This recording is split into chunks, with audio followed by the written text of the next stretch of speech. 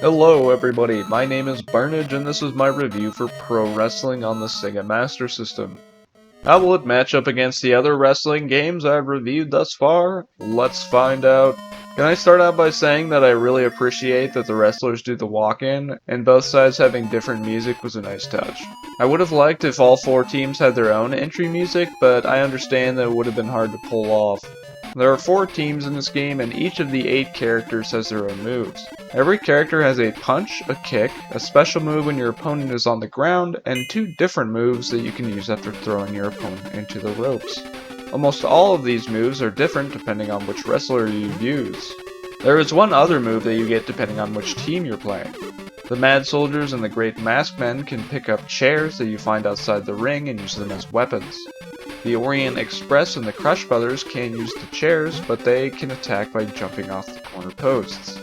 I feel like doing this against a guy that's floating would be extra devastating, but it wasn't. All of these moves deal different amounts of damage to the enemy health bar. Once the health bar is low enough, you can pin your opponent. The lower their health, the greater chance of success. But even if you completely deplete a health bar, holding them down for 3 seconds isn't guaranteed. Pin a wrestler for 3 seconds or keep them outside the ring for 20 seconds and you win. And of course, if you're outside the ring after 20 seconds, you lose, even if the opponent is outside with you. If you're playing single player, and only in single player, there is a timer. If the timer runs out, you lose. Of course, you also lose if you get pinned for 3 seconds. Why does this guy make me think of a seal with a mustache when he pins someone?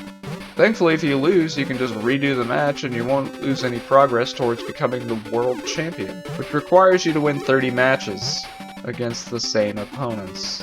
I would have liked if the different teams alternated instead of playing the same team over and over. As you win in single player, the computer opponent will gradually get harder. Mostly this means they won't stay down as long, and you can't use any special moves unless your opponent is down, so this makes things much harder. So how good is this game? Well, I was having a lot of fun at first. It's unique, and it feels like a good wrestling game. However, I started to run into some issues in single player that started to make the game less fun. Like I mentioned before, as the game gets harder, your opponents will get up pretty much instantly after being knocked down.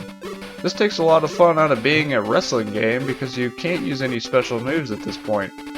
You just punch and kick your opponent like it's a fighting game. And then once they start to get low, you can finally use your special moves again.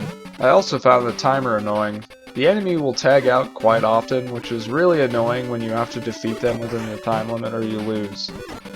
The wrestlers not currently in the fight will slowly regenerate health, not to mention your opponent running away to the corner takes up time.